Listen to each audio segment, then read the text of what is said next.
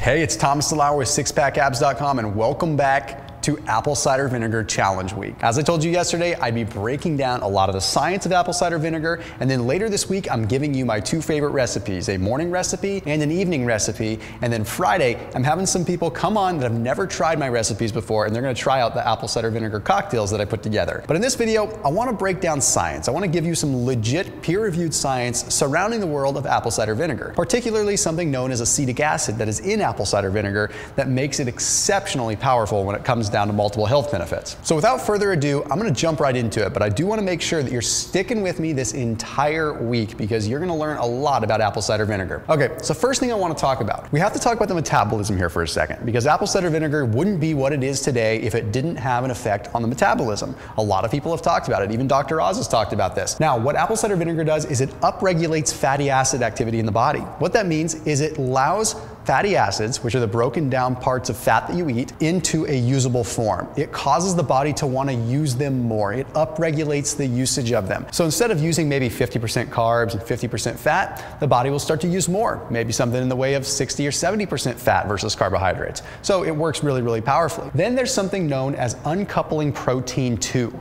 Okay? It allows more of this uncoupling protein 2. Uncoupling protein 2 allows the body temperature to get up a little bit more. So it generates what's called thermogenesis. Thermogenesis is where the body's core body temperature is going up a little bit, allowing us to potentially oxidize more fat. You combine that with the upregulation of fatty acids, you've got yourself a pretty cool little recipe for fat loss. Okay, now let's talk about how it affects carbohydrates.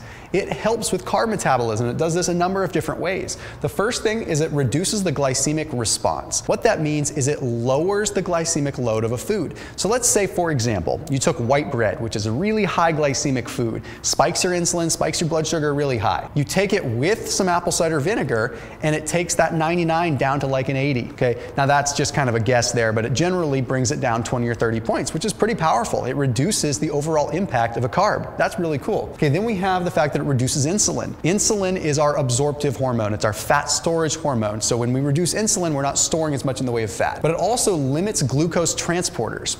Now, how you limit glucose transporters is basically by restricting the amount of vehicles that can carry carbs through the body from the stomach. When you consume carbohydrates, they get to the stomach and then they hop on glucose transporters and travel around the rest of the body. Good old-fashioned apple cider vinegar reduces the number of glucose transporters, so the carbs don't get anywhere. They just get digested and removed. Okay, then we have all these other health benefits like the reduction of LDL cholesterol. It does this in a really unique way. There's something called chlorogenic acid that is in apple cider vinegar, and it prevents the oxidation of LDL cholesterol. You see, it's not LDL cholesterol in general that's bad, it's oxidized cholesterol that's bad. And this chlorogenic acid stops the oxidation process. So it means that less LDL cholesterol gets oxidized in your bloodstream. Then it reboots your gut health. Okay? Powerful, powerful antimicrobial benefits there, okay? Helps restore good bacteria, kills off bad pathogens, bad bacteria. Good for just stabilizing your body. Now I have a bonus for you. I want to talk about some of the ways that apple cider vinegar actually helps with fasting, because you're going to want to know this too, because